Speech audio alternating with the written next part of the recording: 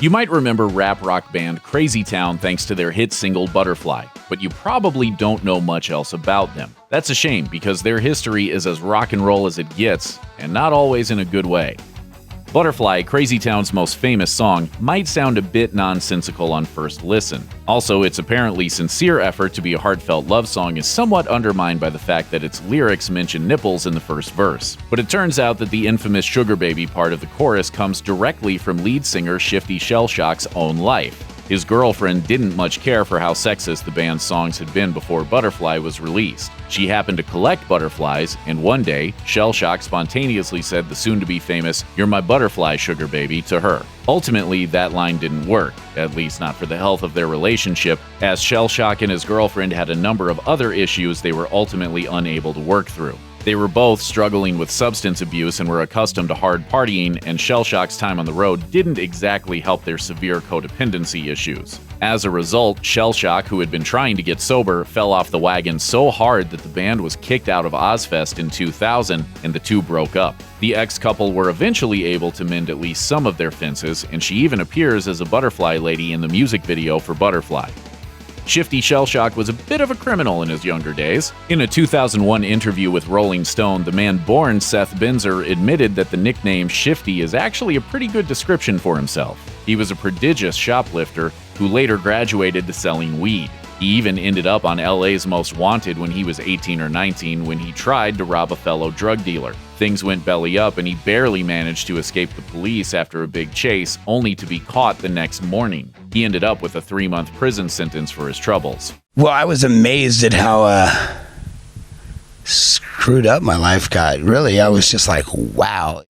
Shellshock also had a particularly nasty run-in with the law in 2011 when the police came to his door over an alleged domestic disturbance. When the cops discovered that he had outstanding warrants, they promptly arrested him. After posting the $5,000 bail, he insisted that he was innocent of domestic violence, and he claimed that the cops had been called simply because of how loud his girlfriend was being.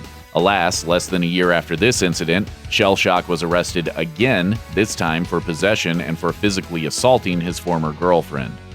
In addition to selling drugs, Shellshock's own intake was once at such a high level that he referred to himself as a professional drug user as early as 2001. However, his worst days were still ahead of him. He's a veteran of assorted rehab-themed reality TV shows, with stints on both Celebrity Rehab and Sober House under his belt.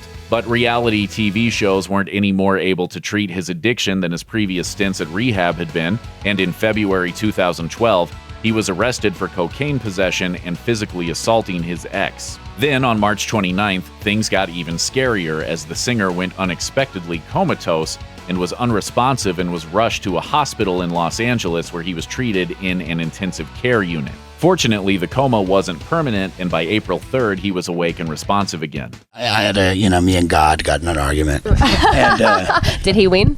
Of course he won. Yeah.